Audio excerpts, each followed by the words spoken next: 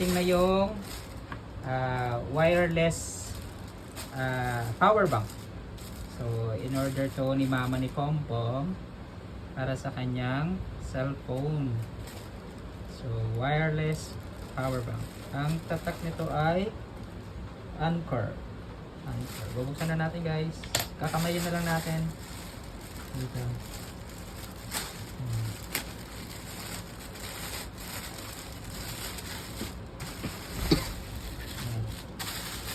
Nakapal siya. Ibang bubble wrap siya. Malalaki yung mga yung pumuputok-putok.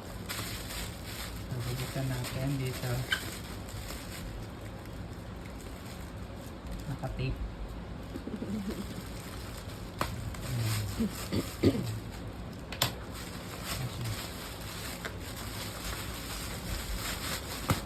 Ayan. So guys, Anchor Zulu. Yan. So hanapin natin yung yata yan sa taas. Ito guys, yung tape niya. Yung ganito na lang natin. Yan. Yan.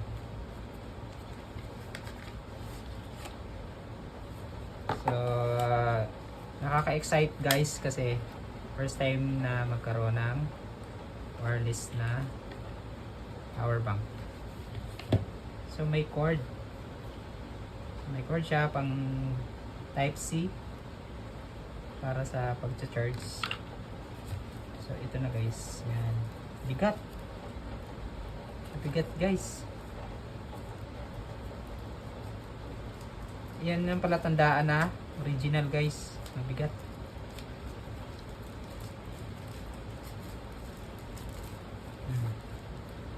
Yan. Wow, ganda. Guys, Anchor. So, tingnan natin yung feature niya. Tingnan natin yung kanyang mga nakalagay dito sa gilid. Ay, Chinese guys. Pero meron na pang pala nababasa. 10,000 mAh milliampere,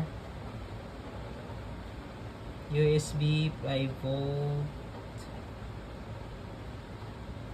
20 watts maximum.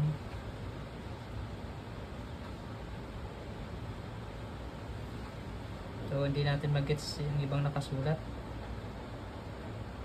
Ito siya, on off. Yan yung power niya. Yan natin makikita yung kanyang laman ng battery. Mag-iilaw yan. Meron siyang 4 na nakalagay. Tapos may malaking pan. Ilaw yan mamaya. Makikita natin yung pag binuhay natin. In, out. Para sa charging. Ito yun sa power niya. Pindutin na natin. Paano ba to? Isang pindot lang or yun. Meron na guys. Mayroon siyang 3. Ayun na. Ayun na. O yan. 3 ilaw. Ayan. So ibig sabihin kailangan pa siyang i-charge kasi 3 na lang yung bar. Parang bar niya. Battery bar. Pero try natin mag-charge dito. So, try na natin guys. Thank you guys. So, ito guys. Para gumana siya sa pag-charge, kailangan pala guys ng kailangan pala ng magnetic ring. Ito. Itong bilog na to. Magnetic ring. Yan. So, kailangan may ganito sa cellphone. Yung case ng cellphone para gumana kasi ito yung design din niya dito. Yan o. May circle din siya. Yan. So tatapat dito yung ring dito ng case. Tapos siyempre may isa pa.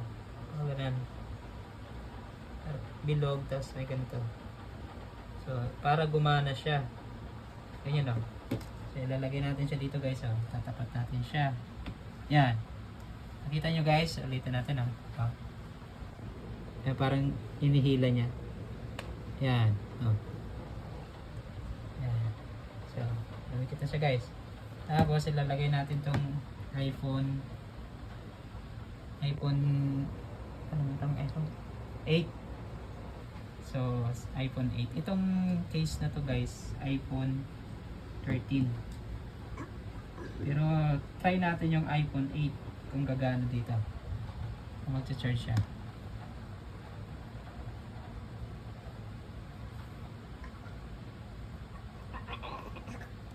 Oh, yan guys, oh. Oh. Ilaw. Kasi kanto blackout siya.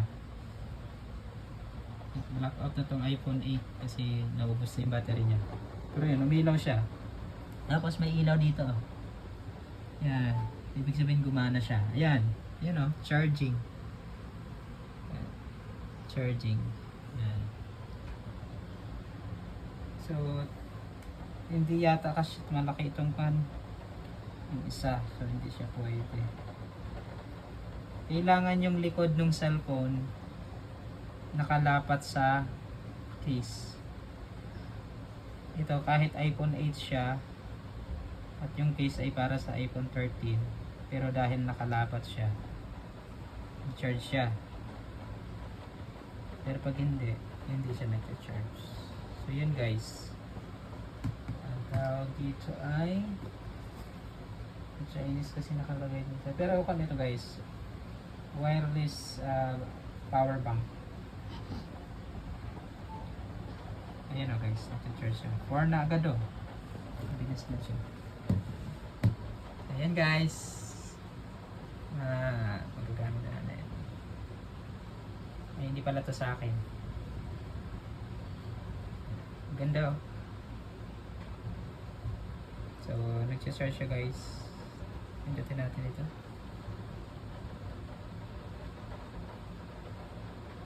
Hindi kasi ito sa kanya case kaya natin na basta gumagana siya. Ayan.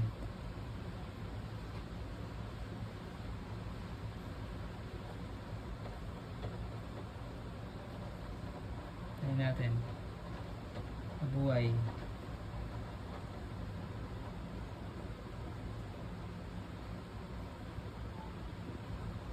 Yan. Charging. So, ayan guys. Thank you guys. Thank you for watching.